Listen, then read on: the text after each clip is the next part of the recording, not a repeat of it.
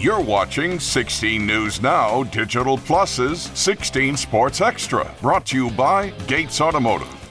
Welcome into the 16 Sports Extra podcast to recap the football season. I'm Neill. That's Austin Hough from the South Bend Tribune. That's Sabrina Hoover here from WNDU too. Guys, the football season's over. Yeah.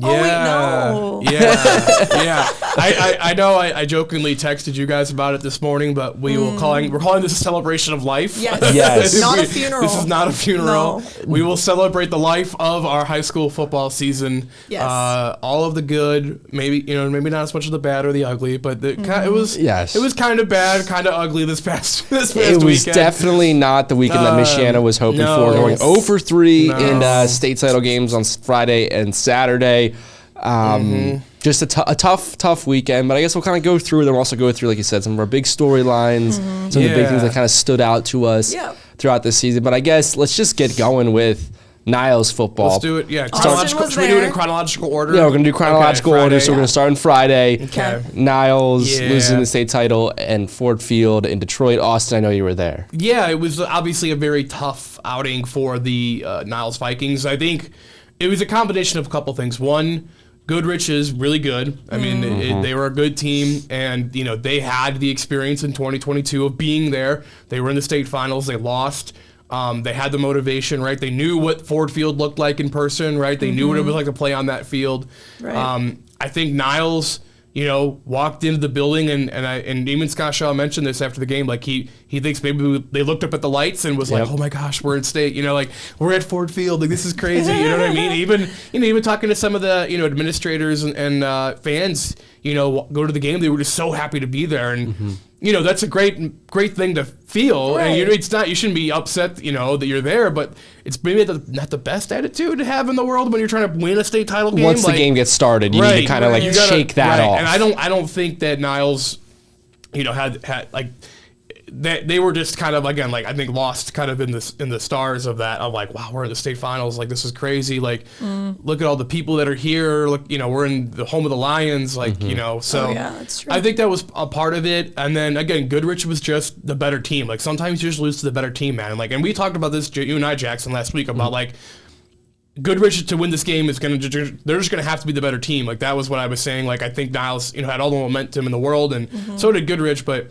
they just overpowered Neill's. I mean, like Neill's had 20 yards of offense before their final drive, where they got a late touchdown to kind of make the score look a little closer. 35-6 was the final.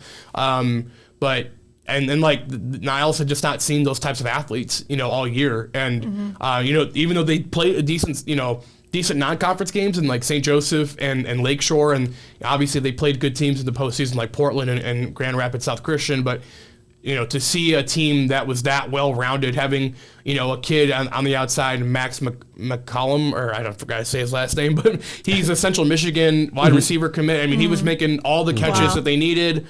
Their running back, Chase Burnett, was really good all game. It just seemed like, anytime Neill's maybe could get something going, it was like the defense steps up, or their offense makes a play for Goodrich that it's like, oh, okay, like this game's over. Like it was tough, but it shouldn't take anything away from what Neill's did this year. Obviously, an incredible run. Never had done this before. It's very similar to Warsaw. We'll talk about them in a little bit, but it was cool, like for them to be there and to see it, and I think it's going to be great motivation for them to get back. I know they graduate.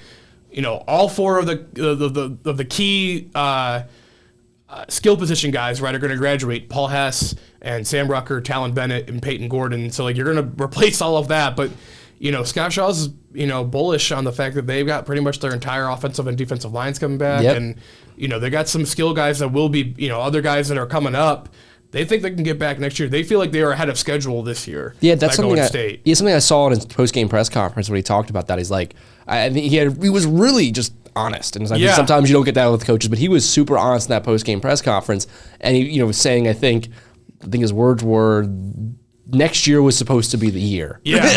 So he had always kind of thought in the back of his head that like, okay, we're all planning for 2025, and then this run happens in 2024, which is fantastic. But like you're right, he's already looking next year. Sky high expectations. And I think it's really cool. Like again, I know we'll talk about Warsaw in a minute, but just like a team like Warsaw that started 3-3, and like they took on 7 straight wins. So it's like I think we got a little little spoiled here having Niles, North Judson, Warsaw all in the state championship. Yeah, Niles winning 12 in a row to get to state, and I think obviously, and like Scott was, again, I do appreciate Scott's always been pretty honest in talking about it. He's he a always good guy. says exactly what he's saying. He's not saying Yes. anything just to say it. He means what he says. I think he really did think when he got there it was a 5-year plan, right, to get this back to where they think it should be, and to get to be ahead of schedule, and doing so by going to the state finals is a pretty darn good ahead of schedule. Yeah, that's a good ahead You'll of. take that every day of the week. And one thing I wanted to say about the game too, I think all the time we mentioned this too going into the game. Goodrich, they run the triple option as well, right? They run a very run-heavy offense, but they throw the ball way better than anything. But they do run the triple though, right? Like they do. It wasn't. I wouldn't say a true triple, but it was definitely like they had some options. Yeah, maybe a double. Exactly. But the point basically being is the fact of like. Niles has not taken them off guard with that type of offense. Right. Yeah. Is that this is that Goodrich's defense all week had an offense to go against in practice. Very similar. They've been going against an offense like that all season. And the biggest advantage was Goodrich being able to throw the ball because they completed a lot of big passes down the field that really opened up things. I mean, and they just seemed to play like, I don't want to say it was a perfect game from Goodrich, but they played a dang near perfect game where like they had the ball 6 times, they scored on 5 possessions, and the only possession they didn't score a touchdown was right at the end of the first half when they got to the 1-yard line and just ran out of time. Like they were almost snapped it off in time to maybe get another touchdown. So like it was one of those games where their offense executed to perfection. The defense did everything to slow down. Niles had no chance. Niles had one drive in the second quarter where they got a couple first downs and you're like, okay, like maybe, but then it was loss of 5 yards, false start, interception. Like it was like, okay, like there goes that. Like so. Yeah. And what you're kind of describing there is like that winning DNA of a program. Like you mentioned, getting to a place like that, and I think like you're seeing Niles take those steps as a program. That game against Portland, I think, is like the game that I just circle on Niles' schedule this season as. Oh wow! Like you're for real. That was a game that they were basically out of. They were. I was at that game. It looked like Portland's going to take a 2-touchdown lead, and they were out of it. They forced a turnover. They come right back. They go for 2. They get that win. That's the type of game right there that a program that has struggled at times throughout the years usually doesn't win. That's a win that you need to believe in yourself and you need to believe in the infrastructure of your team to come back in the hardest moments. And they did that. And I think that like Goodrich was a team that being at state before. Didn't focus on the bright lights. It's kind of like you see the steps that Niles is taking, but the steps they still need to take as a program. And I think going off your point, Jackson, like it all goes back to coaching as well. Like Scott Shaw, obviously, we've already talked about how honest he is and how good of a coach he is. But you can see that just through his actions, but also the words that he says to these kids on the sidelines, especially in practice when I saw it. So, I mean, again, he gives these kids a lot of motivation. He believes in them, and that goes a long way for a program. I agree. Yeah, and he talked about after the game about like they barely had a varsity team really when he started, and now they got varsity, JV, and freshmen, right? Like they have built this thing from the ground up, and maybe they've awoken a sleeping giant, so to say, in Southwest Michigan. And we talked about it all playoffs long. Where was the best atmosphere? Niles. So true. They did as much as they could to recreate the. You did say there were a lot of fans there. They really had. So I was. They're Division 4, and so they're bigger schools than Division 6, which was the game after us. But Division 6 game, it was 2 private schools. Division 4 game was 2 public schools, and you could tell the difference in the crowd. Like Niles had a couple sections full. And Lansing Catholic was like, they were there. They had some people. Did they bring their little sound effects? That was my question, Sabrina. They under the rules of the Misha, they could not. They could not. Loud noises. But they had the band playing the Go Pack Go, the Go Vikes Go. All the time they had them in between plays doing that. And look, the fans never, they stayed the whole game. They cheered the whole game. Like they gave their energy as all they could to help Niles win. It just wasn't meant to be, I guess, and that's fine. Like sometimes, like I said at the top, sometimes you just lose to the better team, and that's okay. Like there's nothing wrong. Goodrich was the better team. that happens. It's football. Like that You made it to happens. Ford Field. Like Yeah, that I was gonna that say, is Right. incredible. How Right. cool of a memory Right. is that for not even like obviously the whole team, but also the seniors, to go out like that. Right. It's And- just That's still a banner. A Yeah. state finalist. Yeah. That is And still yeah. a banner. And you get a ring. You do get a You ring. get a runner-up banner and a ring. Like, that is still- And Peyton Gordon. and you get to Pey- play on the field of the Lions. Right, and Peyton Gordon will always get to say he scored a touchdown at Ford Field. Yes, There you go. yes. There you cool. go. That was a good touchdown too. I want to say. Yeah, I mean, yeah. watches a but- game on Sunday and was like, I scored I, right there. I think Goodrich, maybe let him run to the Yeah. corner. It's like, we're not going to chase you down. He's but- watching it like Hey. Amon-Ra St. Brown scored there. He's like, I don't know. I think I crossed the line a little quicker. Yeah, Hey, my catch yeah. looked a little better than that. Yeah. All right. I had to okay. Okay. All right. Well, but still, just Great fantastic, season. fantastic season Yes. for now. It's unfortunate how it ended, but I mean, Congratulations. just some fantastic moments. We talk about their offense all season. I mean, the wins over Edwardsburg, both Yes. great wins. Yeah, the two Paw-Paws. back-to-back wins over Paw, that Oh, crazy yeah. game against Portland. Yeah. I mean, I this is wonder- the season that goes down. Their non-conference, as mentioned, is solid. St. Joseph and Lakeshore, but I wonder. And St. Joe was a great Division III team Yes, this year. yes. So that wasn't a bad loss by any stretch. But does go into state like this? Maybe do you think about adding a different? Do you make a different call next year? Do you make another call for another non-conference game? Maybe you try to go play like like a South Christian, Exactly. or do you go to Kalamazoo and play a Hackett Prep or a Jackson Lumen Christian? Who's like. I don't know, obviously, there's a lot of semantics and scheduling that have to go into course. that, but like, That'd be- do you try to go yeah. maybe play another big, quote unquote, big boy before In the regular because season. their conference is fine. Yeah. Paw and Edwardsburg are solid programs, but they, other than that, like no one is really challenging them in these regular seasons. Like, And- do you go try to play Portland in the regular season? And you see what Scott Shaw wants to and can accomplish at Niles and wants to build this program Yeah. into. And like at a certain point, if that's the level you want to be at, you got to play those teams. Right, and like it's Right. what it's apples to oranges maybe, but that's what Penn did for decades with their non-conference schedule. They'd go play teams in Ohio or Illinois or any cathedral every year, or like a Ben Davis, close enough. Yeah, whatever. Warren Central, Ben Davis. Like That's they could funny. play the combined team. yeah. Honestly, they might. That'd be crazy. That's funny. But like, Good team. do you try to maybe go schedule one of those bigger Yeah. schools you might see down the road to get you?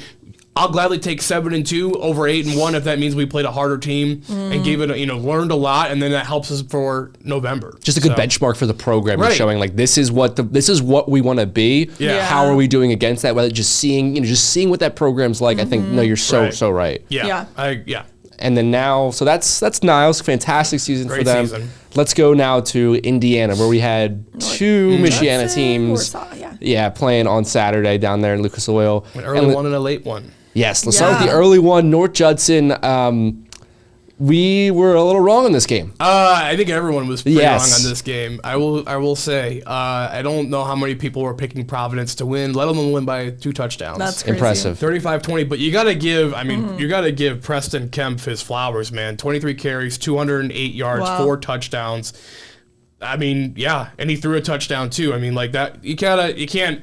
Look, Yeah. he was the best player on the field, and he played like it. And look, North Judson, didn't play terribly per se, but like just that Kemp kid was. I hope I'm saying that right. Kempf is how you say it. Oh yeah, that's Kemp. Kemp, Yeah. is he was a stud. He was a stud, and that's just that just happens. That's football.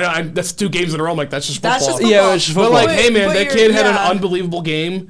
He had an unbelievable game, and North Judson, played hard. It was 28-20 late. They scored. Like, they never gave up. It was they were in it, kind of in it the whole way. Never fully in it, but they scored the first touchdown. They got a fumble recovery for a touchdown. It was like, oh boy, like they're gonna This win this might game by be- 50 yeah, again. it's Like, gonna here be comes shut out, another yeah. 50-0, and then. Yeah. Kudos to Providence for keeping it together. mean- And they knew, like, obviously North Judson has been such a dominant team this entire Yeah. season. So I feel like the game plan going up against North Judson was, okay, let's start out fast against them, because we know if we get behind and we create a deficit, there's no going back against this North Judson team. Yeah. And I think that's another thing too with North Judson. Like, we talked about them all year, just like these giant scores. I think I did the Right. math. Like, throughout their 5 playoff games, they outscored opponents by like 250 points, something crazy like that. Yeah. Like, this is a team that's been dominant all year. And I was kind of following this game as it was going on, and when I saw they were behind, it was like, we have no idea how North Judson can play from behind, Right. because they just hadn't been They've challenged never- like that. It's not their yeah. fault. They're it- just that much better They've than been us. killing everybody. And Yeah. it was. And maybe that's part of their schedule. Like they, look, their conference is okay, and like but they beat Knox. Like, they beat Knox in the regular that's season, the so thing like, that is- felt like a good win. And their sectional path, their postseason path in general, wasn't super hard. Like, you know, they weren't really tested from week 1 on, you know, with their games on their schedule. But, you know, so maybe that, like, Providence, not only were they undefeated, but they probably had a little bit of a harder path to get. They weren't even a favorite in their sectional, according to John Harrell's website, which is crazy to me because they were undefeated all year. But if you went by the odds by John Harrell's website, they weren't even the favorite in their own sectional. So kudos to Providence for, I guess, overcoming that. And, you know, they were, like, ranked 8th in Harrell's power rankings, whatever, going into the postseason for 1A. So they, you know, they had to beat some better teams. But it didn't seem like it mattered for North Judson, right? Like, we thought all year, like, oh, it doesn't matter who they play, they're going to beat them by 40, like, or even 30. Maybe they'll win one close game, but, like, you know, they're going to still win. Like, no one's going to beat them. And yeah, it's a bummer. It's a bummer when you lose, like, you know, get all the way like that, dominate, and then you lose because, you know, it shouldn't take away from how incredible they were this year. They were a legitimately amazing 1A team, but whatever, you know, just sometimes it happens again. And it wasn't like they played bad. They only had 1 turnover. You know, they only had 1 turnover in the game. They actually had less turnovers than Providence in the game. So, like, you know, it is what it is. It's just that Kempf kid was just amazing. And sometimes one kid can, especially at the 1A level, one kid like that can win you a state championship game like that. And he just happened to be the best player on the field that day. And I mean, you know, we're talking about in terms of like a schedule, like what can they do? I mean, you mentioned the Knox win. It's like this is the closest game they played all season was against a very good 3A team, a team that like was making a run through the 3A sectionals. Like this is a North Judson team that definitely played some good competition. But I mean, fantastic season. Just unfortunate it comes to an end this way because I know we had talked about it. You know, this was going down as an all-time season. And they're perennially the bridesmaid now. Like they have gone to the state finals 3 or 4 times and have not won. And it's tough, man. You thought this was going to be the year they were going to finally break through, and you know, obviously a lot of those kids graduate. There were a lot of seniors on that group that, you know, had won 3 straight semi-states or 3 straight regionals. Now they had finally gotten a semi-state. Here they go. Like we're going to go down to state and win. Maybe they were a little too, you know, confident. I don't know if that was the case. I haven't, you know, talked with anyone obviously down there, but. You know, because everyone was singing their praises all year, and rightfully so. They had earned it. It wasn't like it was, you know, fake love. You know, like it was real. I mean, that's the thing is that, like, you know, okay, this not in the way they wanted, but I mean, this is still some insane numbers this season. They didn't let up a point in September. like the month of September, they didn't let up a point. Yeah, like, Jackson, you're right about the whole, like, they're not used to being behind because they really want it. Like, I mean, like, they went like, what do we do now? A whole month without letting up a single point. It's that's crazy. Yeah, no, when you just look at I mean, how many times they put up 60 points, 70 points, beating, you know, Knox by 3 touchdowns. Like, this was still just such a dominant season. I mean, scoring 70 points in a playoff game against Taylor, that doesn't happen. No, it does not. It does not. And so a tremendous year. You wish you would have seen them cap it off with a win, and they would have been, you know, 15-0, and you could enter that debate about who are the best, you know, 1A teams of the last however many years up here. Well, Jack Kaiser and Pioneer still gets that crown. They're still safe. There are no challengers yet. Safe for another year. They are safe for probably a long time. I don't want to see someone touch that.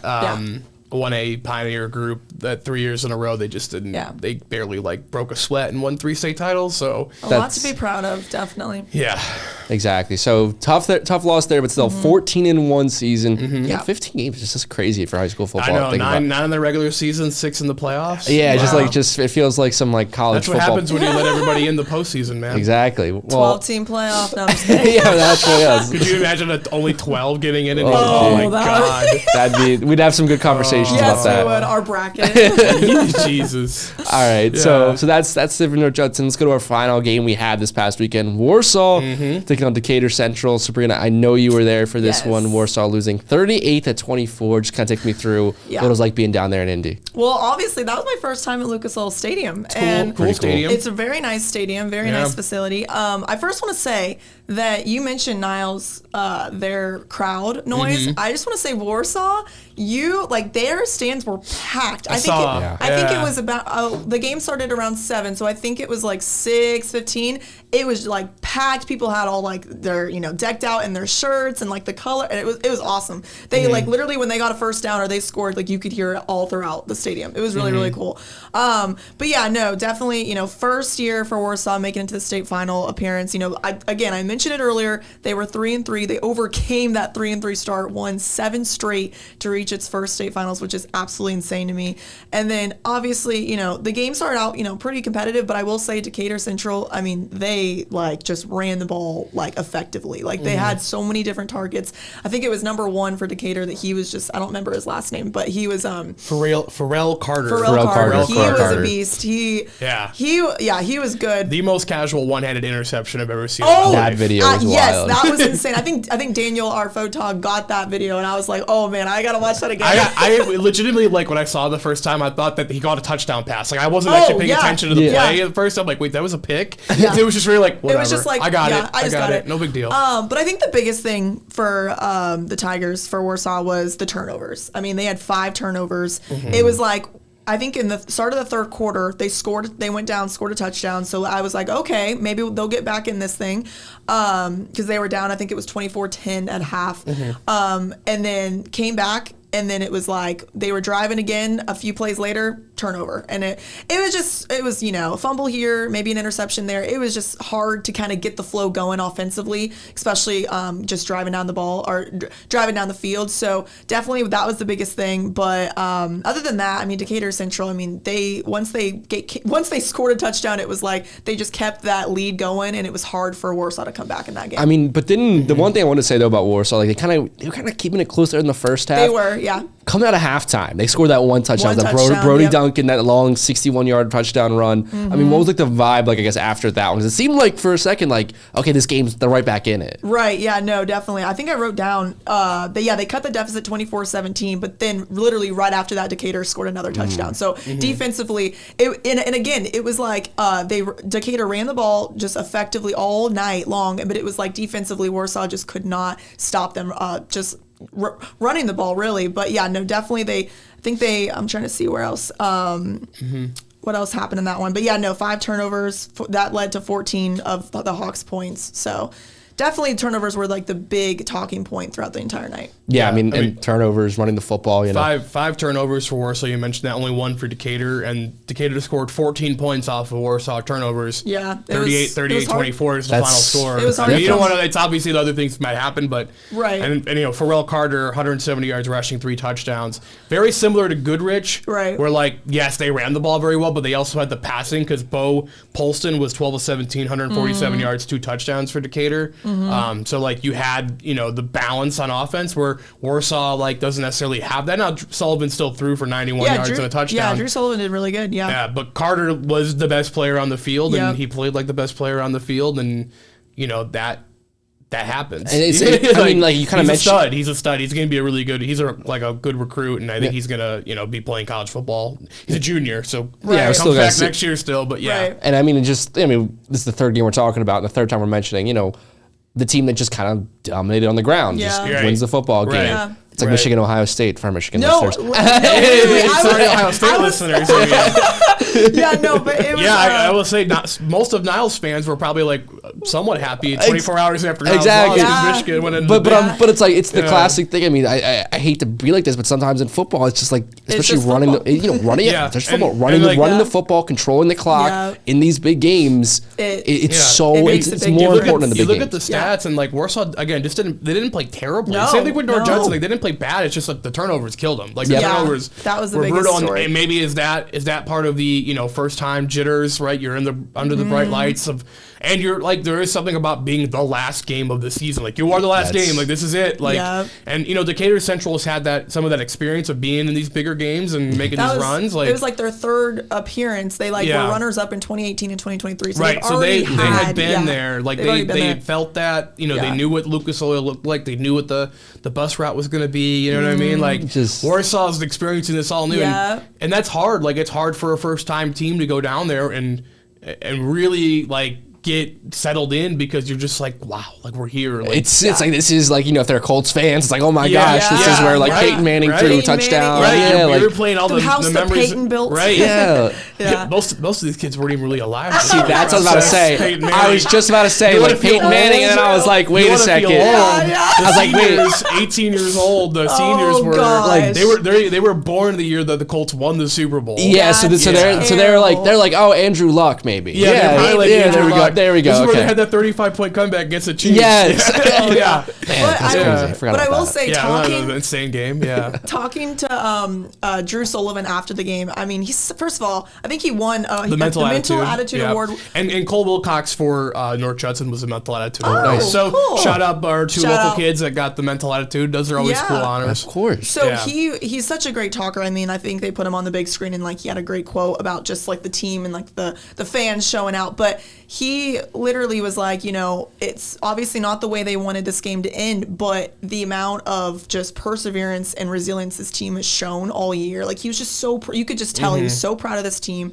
Obviously I think he mentioned it. He was like, I'm never going to forget, like this is going to be a moment I will never forget because it's just like such a big moment in your life as a kid, especially being there at Lucas Oil Stadium playing, especially the quarterback role. But he's just so amazing how he talked about his team just right there, especially Bart, talking about all the things that they accomplished this year. It would have been great to see Bart get one, Of course. I mean, they're obviously still good. I think they're going to still be in the mix next year, but you can't guarantee it. You never know if you're going to get back, right? And so he's a veteran coach. He's 0-2 now in state finals. It would have been really cool to see him get one, And I mean, like you kind of mentioned that there, like, you just never know. And because if we look at Warsaw's full season, we talked about North Judson and Niles this season, right? These dominant years. Warsaw did not have like a dominant season. They started out, like you mentioned, 3-3, and they just went on this run, and they just started winning, and they beat these amazing teams on the way there. It's number 1, 2, and 3. Exactly. Like when you look back at this Warsaw season, couldn't be number 4 though. It's unfortunate. Number 4 was the one that got him at a certain point. but I mean, like, you look back at this Warsaw season, you look back at these results, these teams that they beat, and like the moment, and just the different moments in it. I think it's just a really cool year to look at. Okay, even if things aren't going your way, you can still come back and make it a season to remember. Yeah. And we've had a couple of those runs up here in recent years. Like Northwood last year was 3-2, and they kind of were having an identity crisis almost, even with all that talent. And then they kind of put the pieces together. 2021 Northridge, they were 5-4 going into the postseason. They had moved their running back to starting quarterback in week 9 against Michiana, and they were like, it's like, all right, well, Northridge they'll be done. And after the first sectional game, and then sure enough, there they are, Lucas Oil Stadium. That's awesome. 6 weeks later, it was like that was the dumbest, craziest run of all time. That's wild. I mean that as a compliment. Like it was the dumbest, amazing run of all time. To be 5-4 and get there, but it's. Even like New Prairie when they went, a couple years in 2022, they had 1 or 2 losses early, and they were like, they played good teams like Penn and then and the NIC like that, but and Elkhart, like bigger schools. So it's never. Sometimes you get these runs like that are really fun. That you have to go through some adversity in the regular season, and that's part of the beauty of the Indiana state tournament. You can agree or disagree about having everyone make it in, but everyone gets in, so you can go through some hard times. And if Niles is 3-3, chances are they'd have to really win out to get in, potentially even get into the playoffs. Right. You know what I mean? So in Michigan's like. It's a beauty of the Indiana State tournament where everyone gets in and they got in, they figured out what they wanted to do, and they turned it on at the right time, and they got all the way to Lucas Oil because of it. So, and that's what I was gonna say. Like I said earlier, is like we were spoiled this year. I mean, obviously having a lot of teams that not really proved us wrong, but in some instances, yes, because of the way that they like kind of turned up the heat later on in the regular season and kind of like just showed us like, oh wow, like these are teams that can really make a run in the postseason, and some of them did. So it was really cool to see. Yeah, I mean, because you look back at this Warsaw thing. We talked about their season a little bit throughout this playoff run, but now I just really want to look at that just. Heading into October, you mentioned earlier this beginning they were 3-3, but coming off an overtime loss to Plymouth, a team that they had kind of had the way, but Plymouth now all of a sudden resurgent. Oh my gosh, they finally get the big win over Warsaw. It just seems like two programs heading in exact opposite directions. Yes, that's a good point. Yeah. And then look who Warsaw beat the week after Plymouth. They beat Michiana by 8 points. It's like they just kind of started stacking wins after that, and after losing two back-to-back to Concord and Plymouth. you see where that switch got flipped right at the start of October. And I think that's a cool thing to look at because from there, it looked like a completely different football team in terms of the results. And I think you even mentioned that in one of our podcasts, if you like way back when, but you were like, after that Plymouth loss, like it just seemed like that just lit a fire under Warsaw. Yeah, losing to your rival like that on your home field on the walk-off, it's got to be like motivating. Yeah. Right? Yeah, like that. Like, hey, we're better than this. You know what I mean? Like, you know? Exactly. And then since then, just ripping off, you know, a couple close wins, a couple, you know, through the playoffs and everything. So I think for Warsaw, that's a big lesson you just kind of learn is that even if this, like you mentioned, everyone makes playoffs, even if your season isn't started, even if it's October and you're sitting there 500, lost to your rival in overtime on your home field, you can still make it to Lucas Oil Stadium. Never give up, guys. That's the moral of the story. I think that's just a really cool moment. It's belief, So, I want to give a couple shout outs to other people. We're putting a bow. We're doing a celebration of life. This is kind of like a celebration kind of of life. Wrapping up the fall season. Celebration of life. Well, can you just say wrapping up, Austin? That's like what we call it in the business. And holiday. In this holiday season, we're wrapping up. I wasn't even going for that, but you know, there you go. Yeah. But where's our little like drum? So, there we go. Hey. Oh, wait,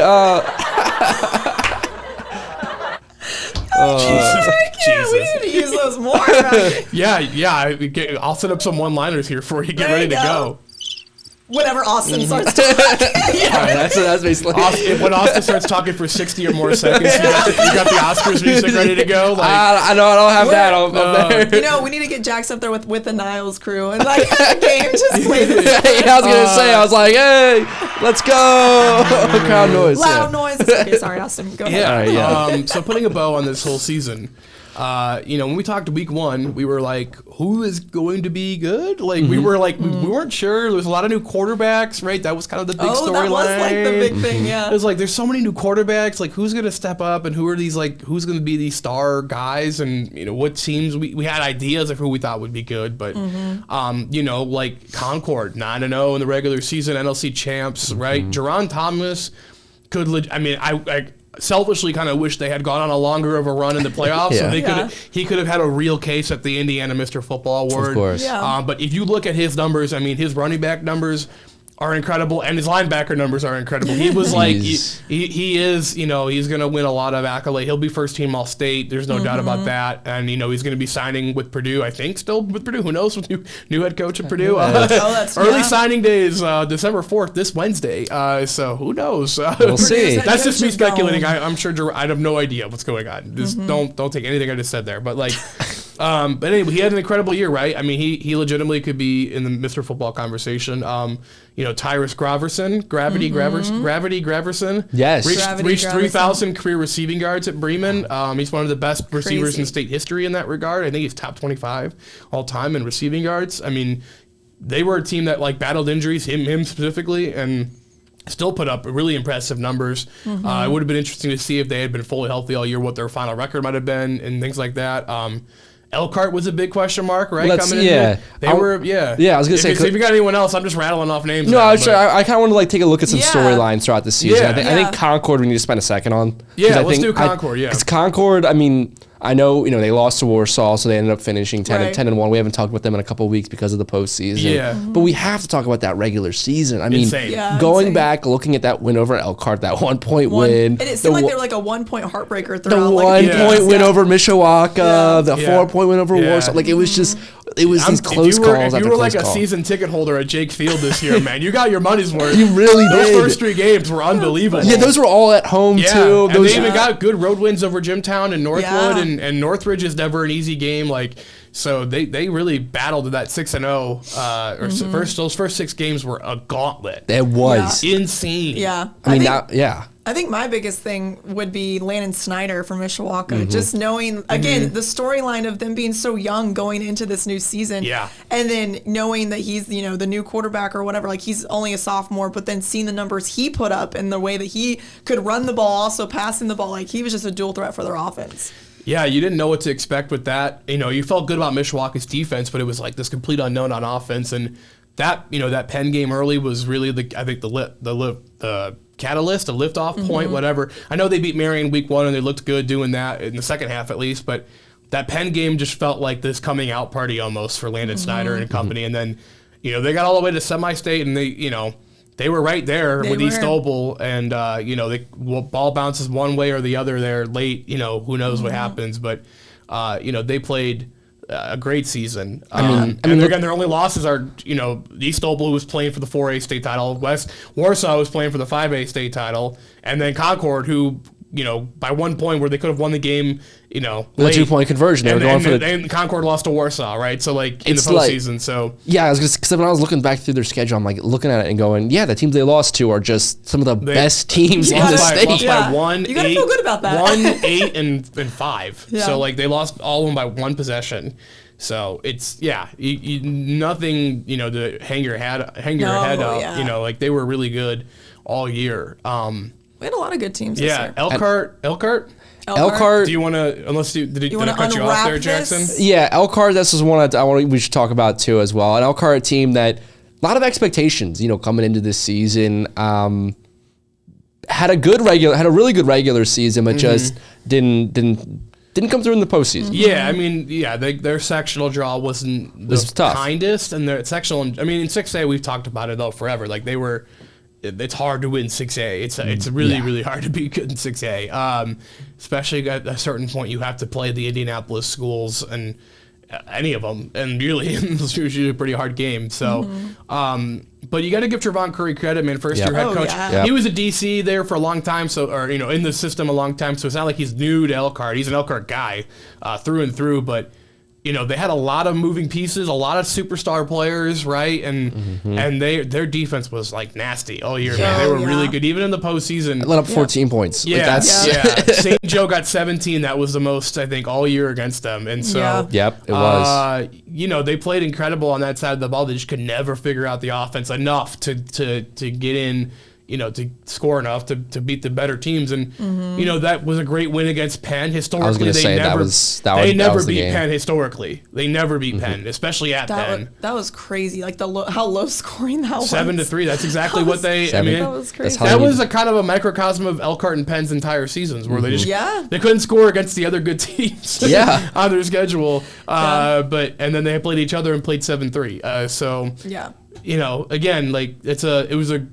Can they get the offense, in a spot where next year where maybe they make that next step? Obviously, they're going to replace 3 Division I defensive linemen. We're all signing on Wednesday. That I know that for sure. No speculation there. Oh gosh. They are, doing a ceremony on Wednesday. Tennessee, Miami of Ohio, and Cincinnati, pretty good. Yeah, those are some pretty good schools. Tennessee might be in the playoff, in a couple Miami weeks. of Ohio is playing for the MAC championship, so if you're thinking, it's just Miami of Ohio, no, that's a really good. That's a really good MAC school. Could be in the playoff as Power 5 champion or conference champion potentially down the road. Yeah, if it works out, obviously with all the other programs, but Elkhart had a great year. Can they build off the offense and same thing with their conference mate Penn, right? They had a fine first season under Pete Reardon.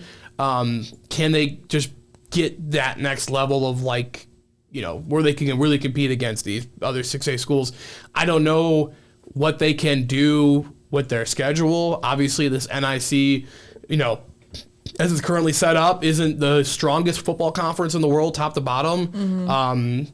And do they can they? And Penn's non-conference is Valparaiso and Mishawaka. Those are good programs. But do you consider dropping 1 or 2 of them and to add 6A schools to your schedule? Obviously, it's a lot easier said than done. Same thing with Elkhart, right? They play Concord and Northridge, and they're non-con. Can they?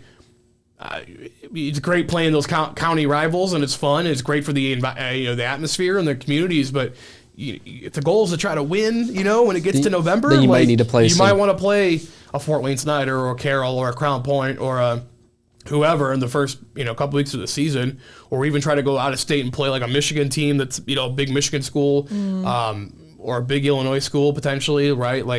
Obviously it's a lot easier said than done, but if the conference is what it is right now, you need to find people outside of the conference to kind of get your postseason ready, really postseason ready. There's a difference between a good 4A team like Northridge has been the last couple of years and a good 6A, good 6A team. Yeah, and I like what you said about Pete Reardon. Obviously, his first time being the head coach or first year as the head coach, because obviously the kids knew him, defensive coordinator and all, but it's almost like you gotta get used to that role and like the leader of the pack kind of thing. So like I think for him to put together the season that he did says a lot about the program, but I think he'll definitely kind of learn from the mistakes, like learn from the lessons from this year and kind of use that to his advantage next year. Definitely. I think those are some of the biggest storylines. One other thing I want to touch on, Northwood going 6-6 this year, but playing six different quarterbacks. Six different quarterbacks, and one different quarterback for every basic win. And this is our team that went to state last year, so coming back from that, we know they lost a lot of talent off of that team, but still putting into that 3-win stretch from looks like October 18th to November 1st. Yeah. Able to beat St. Joe in the overtime in the postseason, almost beating Mishawaka, losing by 1.